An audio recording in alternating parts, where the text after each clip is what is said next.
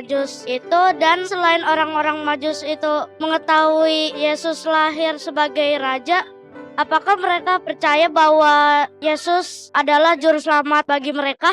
Terima kasih. Di dalam kitab suci dikatakan orang-orang Majus itu datang dari timur. Jadi kemungkinan besar kalau dari timur, karena di Alkitab biasanya dari timur itu berarti dari daerah Mesopotamia, daerah yang jadi tempat asal beberapa negara besar seperti Asyur, kemudian Babel, lalu juga Media dan Persia di dalam daerah yang besar itu. Nah, ada sekelompok orang yang disebut orang Majus, kemungkinan mereka dari Babel, dan mereka mempelajari banyak sekali ilmu-ilmu tentang astrologi, tentang bintang dan maknanya bagi hidup. Nah, ini merupakan ilmu yang wajar dipelajari zaman dulu. Jadi zaman dulu ini ilmu yang cukup populer untuk orang-orang penting.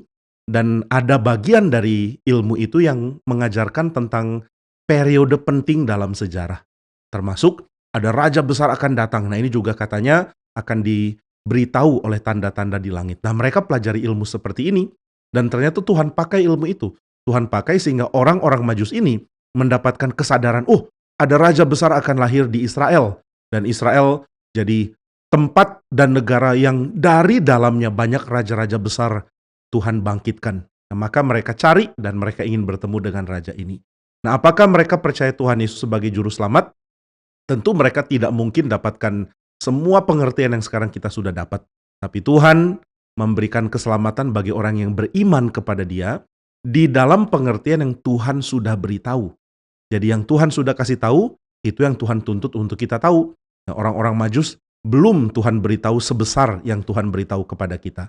Maka pengetahuan bahwa ada Allah yang mengaruniakan raja di Israel, ini cukup bagi mereka, dan Tuhan melihat iman mereka, dan mereka diberikan anugerah oleh Tuhan. Kiranya Tuhan memberikan penjelasan dan juga pengertian kepada Clifford. Kenapa Natal itu liburan atau hari Kristen? Alkitab memang nggak kasih tahu Natal itu kapan dan harus diapain di hari Natal itu. Tapi dalam negara kita akhirnya diputuskan ada saat-saat di mana orang bisa libur, dan hari raya agama itu juga jadi hari libur, baik di Indonesia maupun beberapa negara. Jadi ini sih masing-masing negara yang buat dan putuskan, bukan dari Alkitab. Waktu Tuhan Yesus turun ke bumi kan, Tuhan Yesus jadi manusia, lalu mati dan bangkit, lalu naik ke surga. Apakah sampai sekarang Tuhan Yesus masih punya tubuh fisik? Terima kasih. Di dalam pengertian orang Kristen, Yesus Kristus itu menjadi manusia. Nah, di dalam menjadi manusia berarti dia punya roh manusia, dia punya pikirannya manusia, dia punya tubuhnya manusia. Nah, kapan Yesus menjadi manusia? Dia menjadi manusia waktu dia datang berinkarnasi dan dia menjadi anak di dalam kandungan Maria. Lalu kapan dia berhenti jadi manusia? Dia nggak boleh berhenti jadi manusia. Karena kalau dia berhenti jadi manusia berarti kita tidak punya pengantara yang menebus kita dan menjadi imam besar kita. Maka Yesus harus selalu mempunyai dua natur, manusia sejati dan Allah sejati. Dan karena dia manusia sejati berarti harus ada tubuh. Maka Yesus mempunyai tubuh kebangkitan, dan kita nanti akan punya tubuh kebangkitan seperti dia.